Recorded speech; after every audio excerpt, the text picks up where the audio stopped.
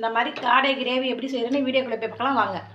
வணக்கம் மக்களே, இன்றைக்கி நம்ம வீட்டில் என்ன செய்ய போகிறோம்னா காடை கிரேவி தான் செய்ய போகிறோம். இங்கே பாருங்கள், காடை வாங்கிட்டு இருக்கும், அந்த கிரேவி வச்சு தயிர் சேர்த்துக்குவோம்.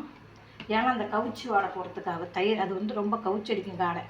இதை கொஞ்சம் நேரம் இருக்கட்டும், வெங்காயம் தங்களி வதங்குற வரைக்கும் இது கொஞ்சம் அப்படியே ஊறுக்கும். அப்படியே என்ன கஞ்சிடுச்சு, சோம்பு போட்டுக்குவோம், வெங்காயம் போட்டுக்குவோம், பச்சை மிளகா போட்டுக்குவோம், கருவேப்பிலை சேர்த்துக்கோம், தக்காளியும் கருவேப்பிலையும் சேர்த்துக்கோம், உப்பு சேர்த்துக்கோம், கொஞ்சம் மறந்து இஞ்சி பூண்டு பேஸ்ட்டு போட்டுக்கோம், காலையே எண்ணெயில் சேர்த்துக்கோம்,